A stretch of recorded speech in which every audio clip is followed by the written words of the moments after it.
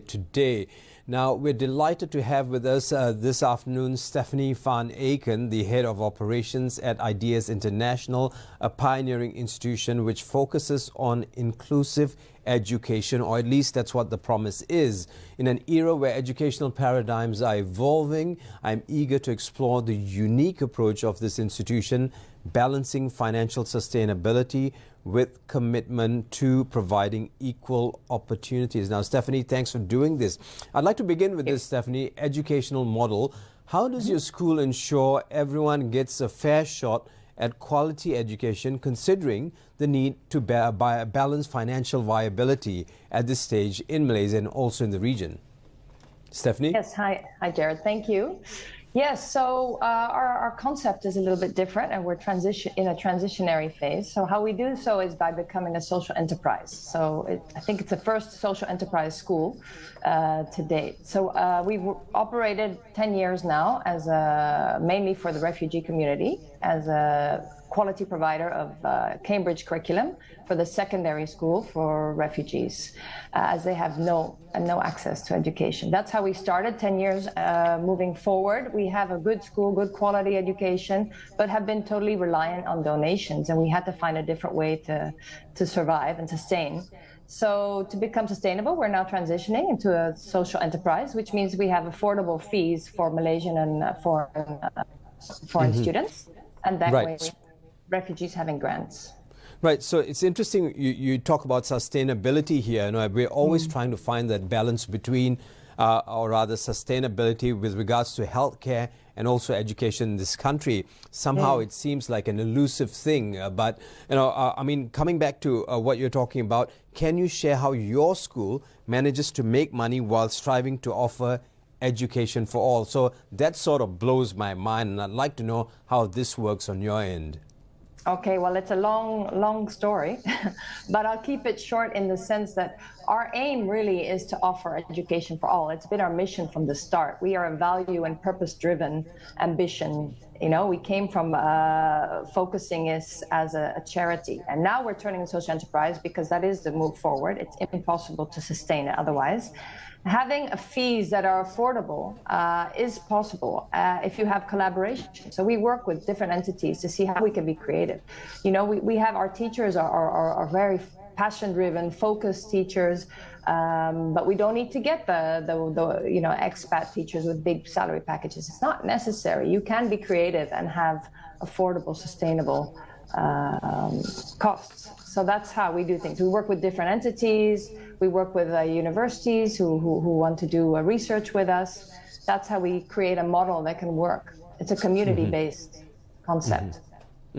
But for a concept like this to work, okay, and I'm talking, my perspective comes from that of a Malaysian, saying a lot of Malaysians, when they send their kids to private education, and once again, I don't like to generalize here, and I'm working off script also, just so you know, some Malaysians, we want to send our kids to a school where there's an excess of teachers from overseas, because we've always had this thing in our head that when we have foreign teachers in the country, the quality is so much better, or at least that's what the way we used to think. I think that bit is changing.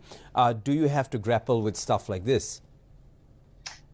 We do get that question a lot. Yes, we do get that connotation that quality means international or foreign teachers. We are not that kind of school, and we won't be that kind of international school when we as we transition. We are it's possible to have good educated local teachers. They are very well educated, and they have the qualifications that we need for this Cambridge model, and we can get train the trainer programs, and we have quality does not necessarily have to be very expensive, as long as you collaborate with the right entities and you create the curriculum is right.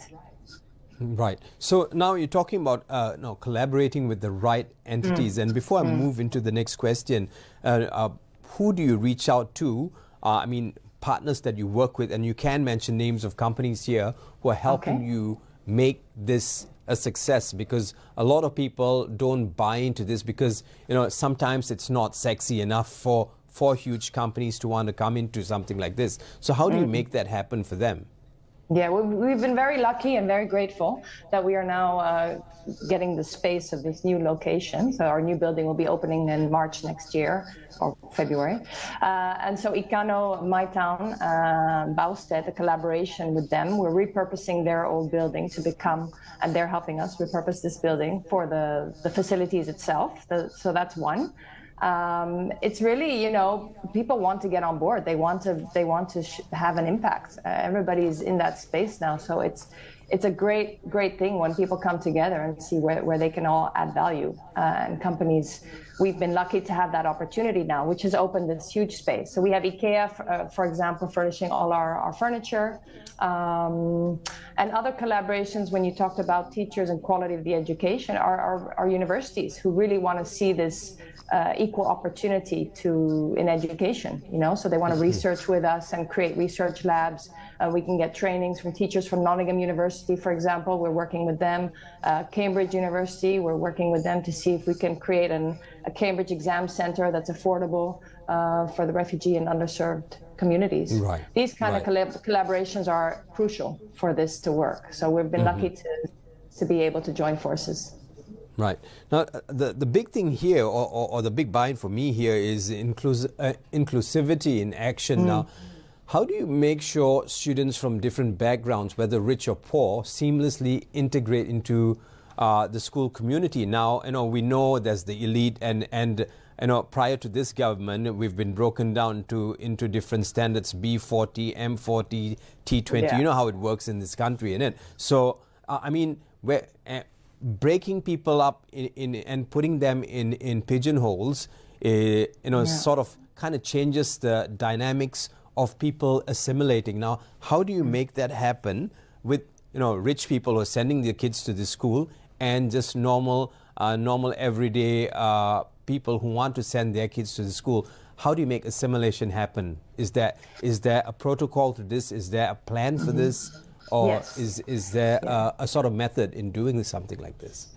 Well, we've played with that idea many times as we transition, because we've always been based on refugees, and then we thought, okay, we can make this work. We've had people come forward, Malaysians come forward looking for affordable education. It's like, why not open to all? We have something good here. And so we struggle with that idea. What about the stigma? What are these ideas? And then we realized, actually, this is an amazing opportunity where we can break these stigmas, break these pigeonholes, as you say. And we do so by you'd be surprised that, us adults have more worries than what actually happens. Children are children, and they seamlessly interact with each other. We don't make any distinction within the school. But of course, we have in place things like human skills that we're bringing in the curriculum. So social emotional awareness. We do a lot of awareness talks, and we make it a topic. We make it a discussion. We talk about prejudice and stereotype and these things. So we open up the discussion to make sure that it's something we need to face and talk about. Right. So what you're saying is, in turn, if there's an elephant in the room and the kids kind of see this, you kind of address it. You kind of open that conversation up and make sure everyone is included in that conversation. Everyone has their say in it. Get stuff off their chest. Now, misconceptions. What are some of the common misunderstandings about students from diverse economic backgrounds, and how does the school address these? And it's never, like you said, it's never the kids. It's always the big people who overthink this. Yes. It's always us adults who are overthinking this. Your take? Totally.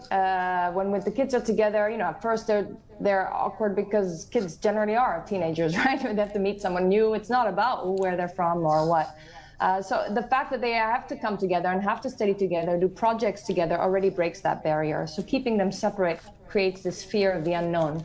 The stigma we often find in terms of refugees, or the less privileged, is often that they are not well educated or not as capable, or that their refugee status and somehow is part of their character trait. You and I could be refugees tomorrow. Anybody can be a refugee. They are here because they are in life and death situations at home, and had to find refuge. That's the only reason. So they come from all different backgrounds, economic, in their home countries, and have had to restart a life. So once that's understanding, we do a lot of empathy and understanding skills. Understanding is there, the fear is gone, and there's it's beautiful Right. to see what happens. Well, Ideas International is doing very well. In under 1 minute, your message to everyone. It's time for you to talk about Ideas International. Sell your school. Well, just what's your message to Malaysia about Ideas International? My message really would be, we want to scale compassion. We want to scale humility and compassion in humanity, and that's what this school really is about. We focus on technology, but if we want technology not to take over us, we have to make sure we get humanity right. So it's really a question of open your hearts and open your minds, and come forward. And if you want to collaborate in any way, always happy to. So bring your children to our school. Thank you very much, Stephanie van Aken, Head of Operations from Ideas International, with a fantastic idea about assimilation and education. I'm going to take a short break. When we come back, we'll take you around the world.